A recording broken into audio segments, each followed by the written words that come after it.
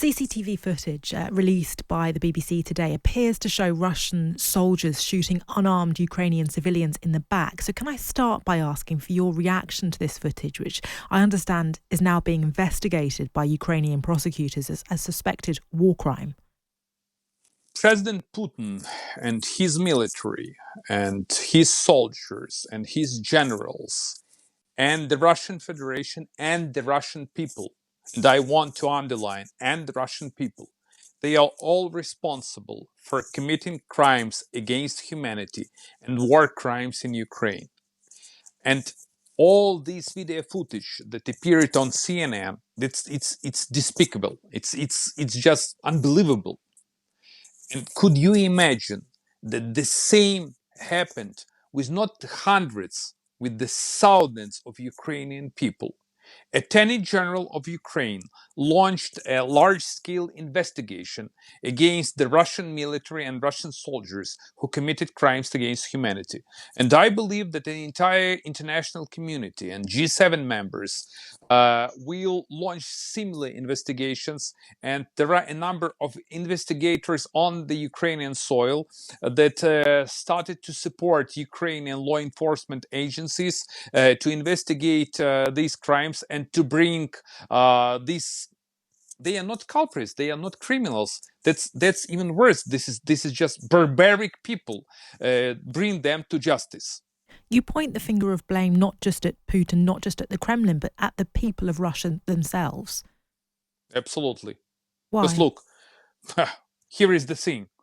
More than 70% of the Russian people support this so-called military operation, but this is a barbaric, brazen, and full-scale war against an independent Ukraine. Russian people support killing of innocent Ukrainians.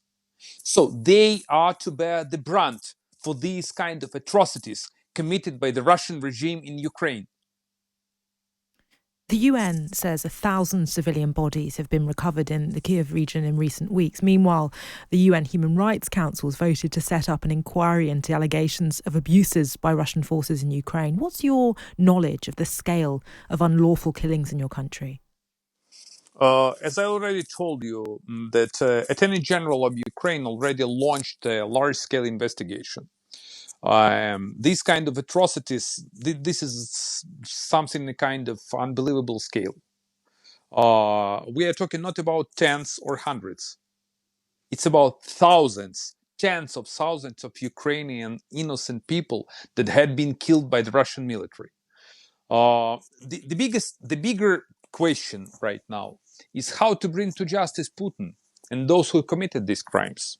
Because, you know, the current legal system and international system, how to bring them to justice is quite weak and inefficient one. I would be happy to see both Putin and his cronies sitting behind the bars. But ICG and ICC, this is in the International Court of Justice and International Criminal Court, have a very extensive and complicated procedures. On the one hand. On the other hand, I believe that we need to establish a new kind of legal mechanism, how to hold them accountable.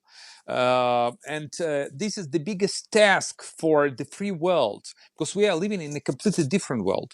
So we have to establish a new mechanism, how to punish this evil. Otherwise, unpunished evil always returns. What will that new mechanism look like? This could be a similar pattern to Nuremberg process. I do understand that you will ask me, look, Nazi Germany capitulated, so we need to wait until Russia is to capitulate.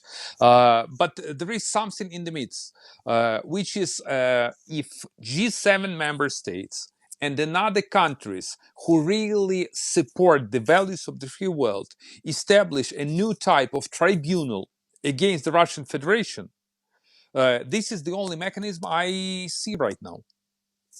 We're hearing reports today of the Russian army taking a significant hit during an attempt to cross a river in eastern Ukraine. Also, a Russian tank being destroyed behind enemy lines in Donetsk. Can I ask what your analysis is of the current state of the war? So let me put it in a nutshell. Putin was completely convinced that he can take over an entire Ukraine. Initially, he thought that he can easily and lightly grab Kiev as the capital of Ukraine and urge Ukrainian government to capitulate. He failed in achieving these goals. Right now, he switched to another stage of this war of attrition, which is to grab a third part of Ukrainian territory in the east of Ukraine and partly the south of Ukraine. It all depends how strong Ukrainian military will be. Ukrainian military is very courageous and strong, but we need to make it more durable. And the only solution is to deliver defensive and offensive weapon on a high speed, on a very fast track. So the Ukrainian military already launched a number of counteroffensive against the Russian military. I am not in the position to underestimate these bloody Russians. So the crucial issue for Ukraine right now is to deliver weapons to Ukrainian army.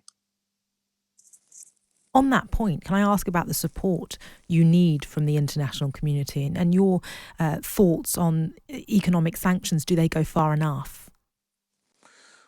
Well, here is the thing. Let's split it. Let's start with the response of the free world. That's what Putin didn't expect. The free world is so united, so courageous, so strong, and very bold in their response to the Russian aggression that I do commend the Biden administration, the government of the United Kingdom, the European Union, which is a frankly speaking, it's a kind of miracle because Putin expected that there will be a never-ending daylights among the EU member states, but all of the members of the free world, they are so consolidated in their efforts to support Ukraine that I can applaud. So the most important issue, once again, I want to reiterate, is to deliver the offensive weapon and defensive weapon for the Ukrainian military. In terms of sanctions, here is the thing about Hungary. You're well aware. I'm upset that Hungary is an impediment on the right way, on the right track, how to ban and how to stop oil import and energy, I would say, dependence of the entire European Union on Russia. This is in the interest of the European Union, to safeguard the European Union, to become more independent, and actually to get rid of this never-ending Russian dependence on oil, gas, and coal. So another issue in terms of economic sanctions is that no doubt that the free world urgently needs to impose secondary sanctions. Russia is trying to facilitate a number of off-ramps or different exit strategies, how to bypass and avoid sanctions already imposed by the free world, by the United States, by the European Union, by the UK, and by those who are against this kind of atrocities that committed by the Russian military and Nazi-style leader who is Putin. He is completely the same as Hitler.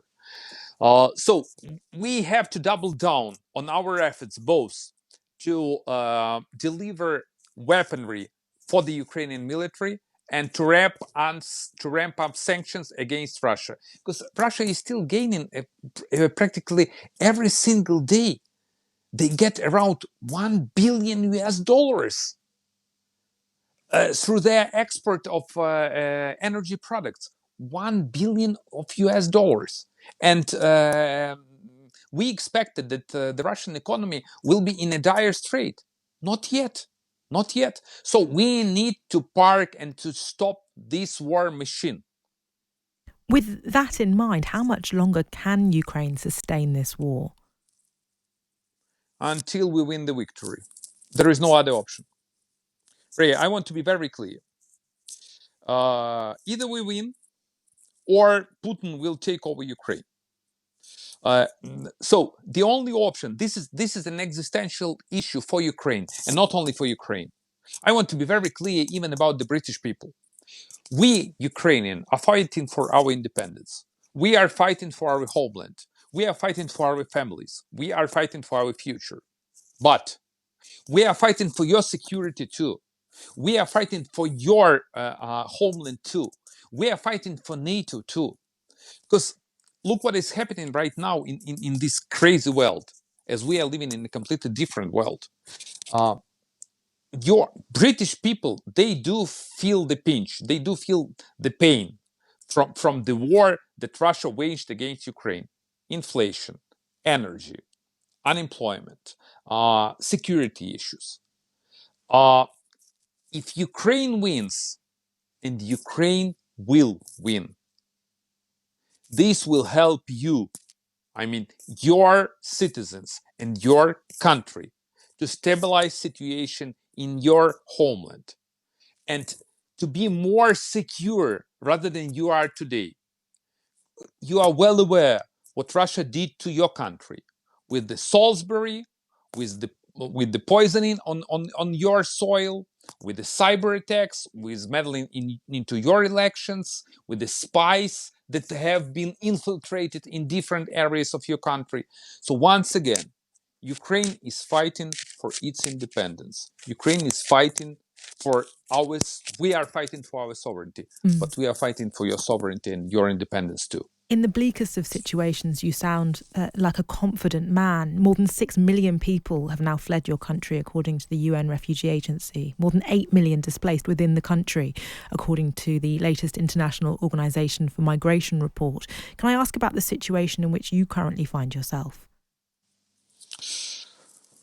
You told me that I sound like a confident man. Yeah, I do. Because, faith and belief. I do believe that we will win.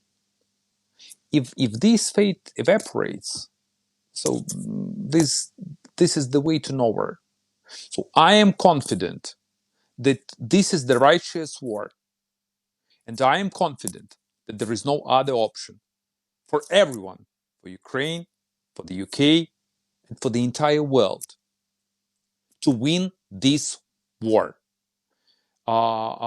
In terms of what is happening in Ukraine, this is the biggest disaster after the Second World War, because that's just unimaginable. Millions, actually tens of millions of people fled the country. So an overall number that you just said, it's around 14 million Ukrainians, IDPs, and those who fled the country, and refugees. So we need to win this war. We need to rebuild the country. We need to recover the country, and we need to get these Ukrainian people back into Ukraine in order to rebuild the country. Because the country is not just the land. The country is not just the territory. The country is the citizens of Ukraine. Thank you so much for joining us. I really appreciate your time. Thank you. Thank you.